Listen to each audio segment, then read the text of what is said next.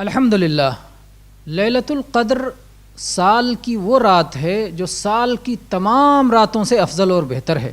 اللہ تبارک و تعالیٰ نے اس کی فضیلت بتانے کے لیے پوری ایک سورت نازل فرمائی ہے۔ اللہ تعالیٰ نے فرمایا انا انزلناہ فی لیلۃ القدر، ہم نے اس قرآن کریم کو قدر والی رات میں نازل کیا ہے۔ وما ادراک ما لیلۃ القدر، آپ کو کیا علم کہ وہ لیلۃ القدر کیا ہے؟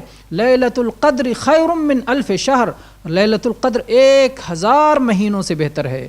عرب کے یہاں 1000 کی گنتی سب سے بڑی گنتی تھی، اور وہ جب کوئی چیز بہت بہت بڑی تعداد میں بتانا چاہتے تھے تو 1000 کی گنتی استعمال کرتے تھے، یعنی یہ رات بہت بہت بہت زیادہ مہینوں سے بہتر ہے، بہتر رات ہے، تو یہ بہت فضیلت والی رات ہے۔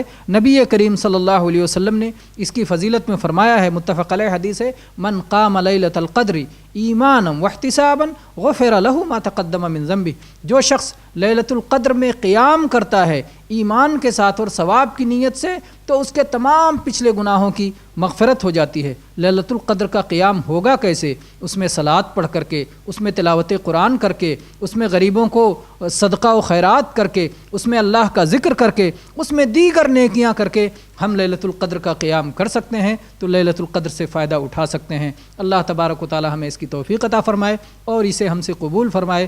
آمین۔ وآخر دعوانا ان الحمد للہ رب العالمین، وصلی اللہ علی نبینا وسلم۔